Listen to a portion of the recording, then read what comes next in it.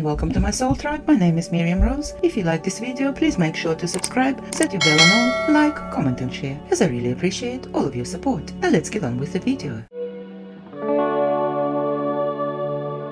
My dearest brothers and sisters, this is Hakann speaking. I greet you in peace and love. In several previous messages, we have advised you to regularly talk to your soul and to ask your soul for advice whenever you are unsure what you should do. From our perspective, your soul is the best guide you have. If your soul says something that contradicts anything we are saying, please listen to your soul. We advise you to listen to your own soul over anything and anyone else. Today, I would like to go in depth about how you can actually talk to your soul. I will give you a few steps that can help you do this for the first time. Eventually, you will not need these steps, and you can just think, my soul, what should I do today? But when starting out, these steps are helpful. These steps probably will not immediately work for everyone. If they do not work for you, don't worry, you're not broken. In this case, it's just a matter of doing some more general spiritual work first and then eventually trying this again. Everyone has the capability to talk to their soul. The first step is optional. You will not need to do this first step once you are used to talking to your soul. But this first step is helpful if you are starting out. This step is quiet your mind. There are many ways to do this. One way to do this is to repeatedly, neutrally observe any thought and feeling that comes up, without judging or trying to change or suppress it. This way, your mind will slowly become more still. Often the things that are brought to your conscious attention are thoughts or feelings that your subconscious thinks you should be conscious of. If you have observed it sufficiently, without judging it or trying to change it or suppressing it, which may take more than one time, it will generally be resolved and it will stop coming up. Another useful way to quieten your mind is to have a good planning system, so that thoughts like, oh, I still need to do this thing, will not come up because everything is already scheduled. A useful concept here is to never allow anything to be in the I will do this someday category. If a new task comes up, immediately schedule it or do it right then. Short tasks should often be done immediately or delegated, or decide you simply won't do it, or put it on a to-do review me monthly list, and then also schedule that you will review that list monthly. Also, it is good to initially brainstorm every task you still need to do and either schedule them, do them immediately, delegate them, decide not to do them, or put them on the review me monthly list. Simply never allow there to be a task that is in the I want to do this someday category. Another way of quietening your mind is breathing deeply and slowly, perhaps with one hand on your stomach and one on your heart. You may also have personal ways of stilling your mind that work well for you.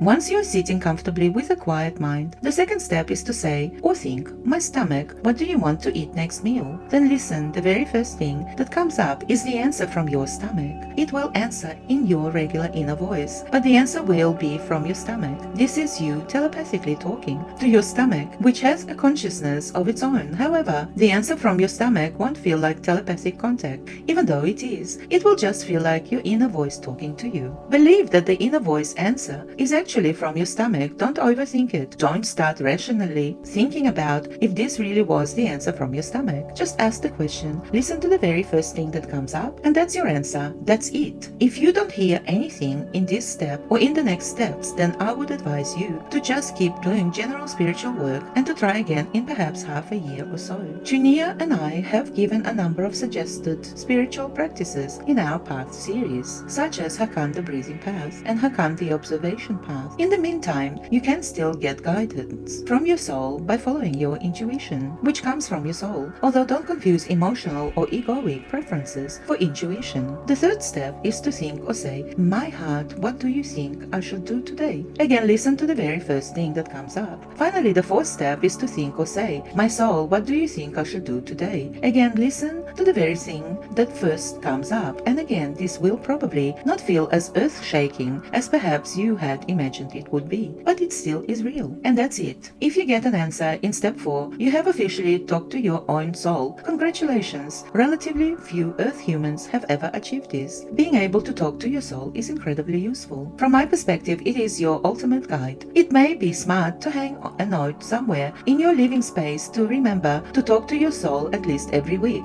and possibly every day if you feel like it. Your soul can give you incredibly useful advice because it knows you completely. It is you, and it can observe what things are likely to happen in the future. Your soul is also very happy to be able to talk to you you. Imagine being your soul and having to watch the earth aspect of yourself often make choices that you know are not optimal and not being able to directly talk to your earth aspect. So don't worry about bothering your soul. It will always be happy to talk to you. You can even ask it for advice on what you might consider to be trivial matters, such as, should I buy apple juice or pear juice? In fact, asking your soul for advice or trivial matters can help you build up confidence in the answers from your soul, so that when you have to make more important choices, you can just choose whatever your soul advises you and be at peace with that. This will both lead to better choices and a huge amount of peace of mind. You will likely find in time that following your soul leads you to better outcomes than following your rational mind or following the advice of friends. Your soul may not always steer you in the direction that's most comfortable, but it will steer you in a direction that is best for you. Most often, following your soul will lead you to becoming happy, and if your soul suggests that you take a seemingly challenging path, you can be assured that you will be able to handle these challenges. Your soul is part of you. It will not suggest that you attempt something that you are unable to accomplish. If you still think that you won't be able to do what your soul suggests that you do, then perhaps you think too lowly of yourself. Two good questions to ask your soul are to think or say, my soul, what should I do today? Or my soul, how am I doing overall? But you can talk to your soul about anything, and you can ask it anything. Again, once you are used to talking to your soul, you don't need to aforementioned 4 steps, and you will also be able to do this even in, say, a crowded room. You can just say or think, my soul, ask your question, and then listen to the very first thing that comes up in you. That's it. With that, I will leave you for today. I hope you will try this out. If you do, I would love to read in the comment section if this is working for you. With love, your star brother, Hakann.